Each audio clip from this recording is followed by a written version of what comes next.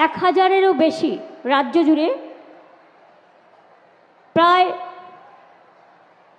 গুরুত্বপূর্ণ প্রকল্পে পুরো শুভ উদ্বোধন ও শিলান্যাস করা হলো। মোট মূল্য প্রায় 1142 কোটি টাকা।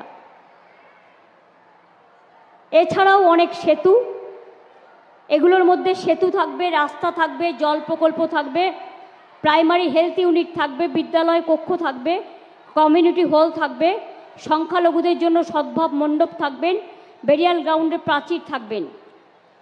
আজকে অজয় নদীর ওপর সেতু উদ্বোধন হলো জয়দেব কেন্দুলি খাগড়া রাস্তার সাথে পশ্চিম বর্ধমানের মুচিপাড়া শিবপুর রাস্তার যোগাযোগ স্থাপনকারী অজয় নদীর ওপর একটি বড় সেতু।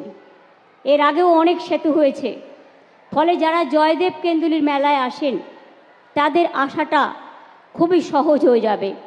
আবার কালনা থেকে শান্তিপুর আমরা নবদ্বীপ যাওয়ার জন্য সেখানেও বড় সেতু করে দিচ্ছি। আমি বলবো ডিএমকে বা পিডাব্লিউডি ডিপার্টমেন্টকে যারা করেছে, এটা অজয় নদীর নাম তো সবাই জানে, কিন্তু যেহেতু এটা জয়দেব কেন্দুলি থেকে যাচ্ছে, এটা জয়দেব সেতু করে দিলে ভালো হয়। এটা লোকাল সেন্টিমেন্টে এটা একটা ভালো কাজ করবে। এর আগেও পানাগড় ইলামবাজার রাস্তায় অজয় নদের ওপর 115 কোটি টাকা খরচ করে অজয় সেতু তো আমরা অলরেডি করেও দিয়েছি। সুতরাং এটা আর একটা পালঙ্ক জুড়ল। ডায়মন্ড হারবার রোডে ক্রিক খালের ওপর লালপোল সেতু, ওখানে পান্নালাল সহ সকলে আছে, আমি তাদের অভিনন্দন জানাচ্ছি। এছাড়াও বিশেষ করে মালদায় টাঙ্গন নদীর ওপর 5টি সেতু উদ্বোধন করা হলো, যা মালদা ও দক্ষিণ দিনাজপুরের সংযোগকারী গুরুত্বপূর্ণ গাজল বামনগোলা রাস্তায় টাঙ্গন নদীর ওপর বিভিন্ন খাড়ির ওপর 5টা সেতু করে দেওয়া হয়েছে এবং পুরনো 5টা সেতুকে রিপ্লেস করে এটা করা হয়েছে। পুরনোগুলো প্রায় ভেঙে যাওয়ার মতো অবস্থায় ছিল, গাড়িও যেতে পারতো না, চওড়াও কম ছিল, ফলে মানুষের অসুবিধে হতো। এতে মালদা থেকে শুরু করে পুরো উত্তরবঙ্গ জেলা জুড়ে মানুষের অনেক উন্নয়ন হবে। এখানে মালদার ডিএমএসপি মন্ত্রী তাজমুল হোসেন সহ সকলেই আছেন।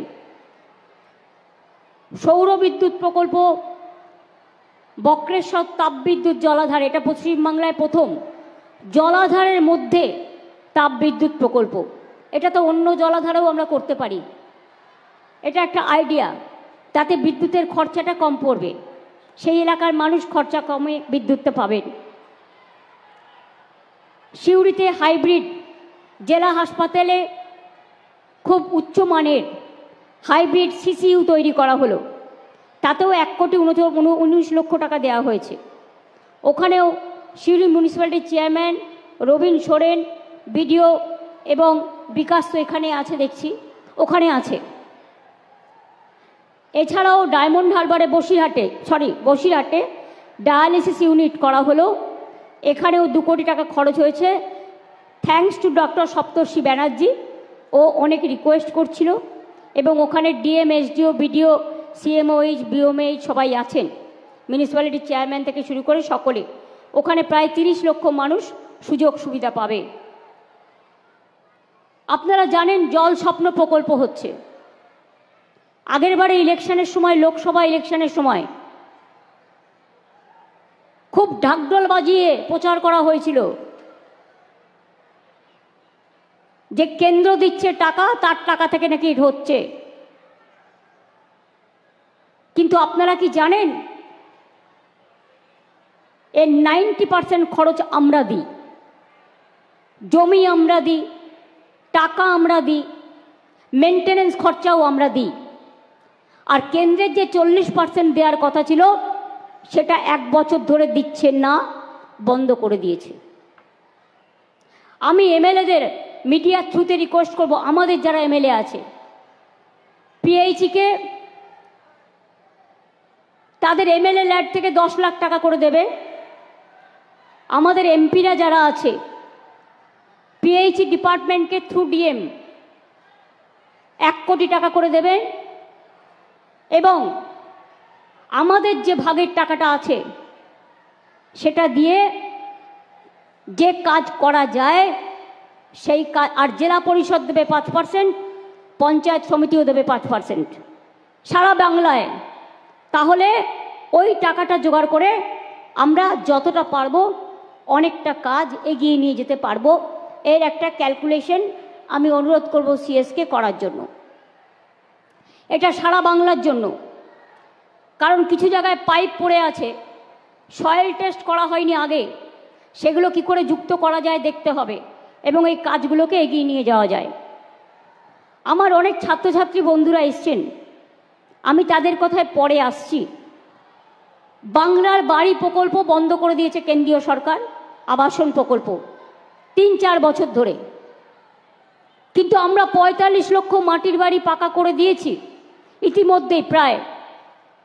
আর এবছরে 12 লক্ষ মাটির বাড়ি পাকা করার জন্য 2টো কিস্তিতে টাকা দিয়ে দেওয়া হয়ে গেছে এবং ডিসেম্বর মাসে আরও 16 লক্ষ যাদের মাটির বাড়ি ভেঙে গেছে, মাটির বাড়ি আছে, আরও 16 লক্ষ মানুষের কাছে ডিসেম্বর মাসে প্রথম কিস্তি পাবেন এবং মে মাসে সেকেন্ড কিস্তি পাবেন। অর্থাৎ 28 লক্ষ বাড়ি আমরা পশ্চিমবঙ্গ সরকার থেকে বাংলার বাড়ি তৈরি করে দিচ্ছি। বাদবাকিও যাদের বাকি থাকবে তারাও চিন্তা করবেন না, এই 28 লক্ষ হয়ে যাওয়ার পরে ফেজ বাই ফেজ সার্ভে করে আমরা বাদবাকিটাও 2-3 বছরের মধ্যে পুরো করে দেব। আপনারা জানেন যেমন আবাসের টাকা কেন্দ্রীয় সরকার দেয় না, আমাদের টাকা অন্য রাজ্যকে দিচ্ছে। অন্য রাজ্যকে টাকা দিক আমার আপত্তি নেই, কিন্তু আমাদের টাকা থেকে আমাদের টাকা তুলে নিয়ে গিয়ে আমাদের ভাগ কেন দেবে না? এটা বাংলাকে বঞ্চনা, এটা আমরা মানছি না। গ্রামীণ রাস্তার টাকা 3 বছর ধরে বন্ধ। গ্রামীণ আবাস প্রকল্পে 3 বছর আমরা পরপর 5 বছর ফার্স্ট হয়েছিলাম অল ইন্ডিয়ায়। গ্রামীণ রাস্তা প্রকল্পে আমরা 5 বছর ফার্স্ট হয়েছিলাম অল ইন্ডিয়ায়। 100 দিনের কাজেও আমরা পরপর 5 বছর ফার্স্ট হয়েছিলাম অল ইন্ডিয়ায়। তাই হিংসার তো কোনো ওষুধ নেই, দিয়েছে টাকাটা বন্ধ করে। আর বলে বেড়াচ্ছে ওরা চুরি করেছে, মানে তোমার বড় বড় চোরগুলো বসে আছে উত্তরপ্রদেশে, রাজস্থানে, মধ্যপ্রদেশে, বিজেপির ডাবল ইঞ্জিন সরকারে, তাদের জন্য তুমি কি করেছো?